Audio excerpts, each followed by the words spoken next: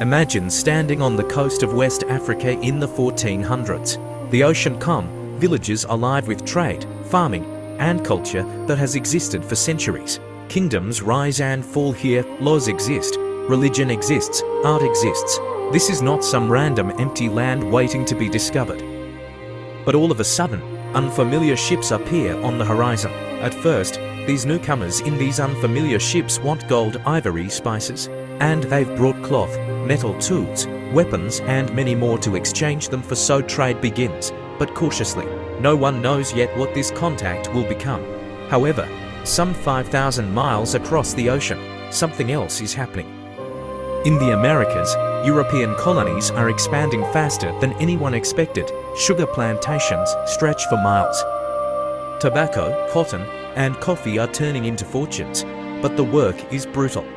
Indigenous populations are dying in massive numbers from disease and violence. The colonies need labor. And slowly, the terrible idea takes its shape. Human beings become cargo. What follows is not chaos, it is organization, contracts, ledgers, insurance, laws. The transatlantic slave trade becomes one of the most efficient systems ever created, designed not to move goods, but to move people. Here's how it happened. Ships leave Europe loaded with manufactured items, guns, alcohol, cloth. They arrive on African shores, where captives, taken in wars, raids, kidnappings, are exchanged. Asterisk voiceover. Asterisk some African leaders participate, often under pressure, or for survival in a system flooded with European weapons. But the demand does not come from Africa, it comes from across the Atlantic. The journey is the sort that you go through and never remain the same.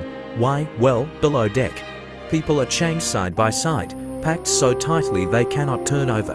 The air is thick and disease spreads fast. Food and water are rationed just to keep the bodies alive. Some captives refuse to eat, some fight. Some leap into the ocean rather than live without freedom. Rebellions break out even here.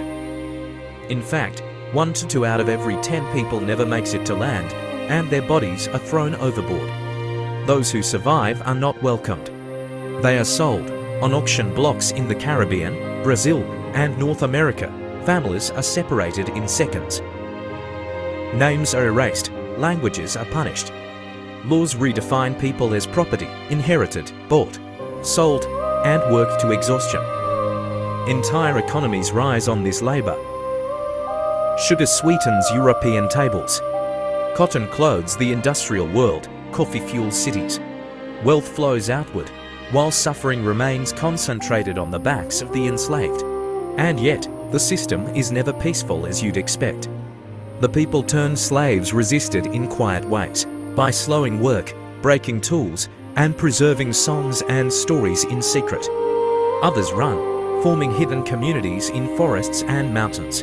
Some rise up openly, regardless of the cost. In one place, they succeed, however, that is Haiti. Here, the enslaved people defeat the armies of Europe and declare their freedom. It sends shockwaves through the Atlantic world. By the late 1700s, something shifts. Abolitionists publish images of packed slave ships. One by one, governments outlaw the trade. Then slavery itself. But laws do not erase consequences. The transatlantic slave trade is not ancient history. It is in fact recent, it is measurable. And it shaped the world you and I are living in right now. The question is, was it positive or negative? To find money.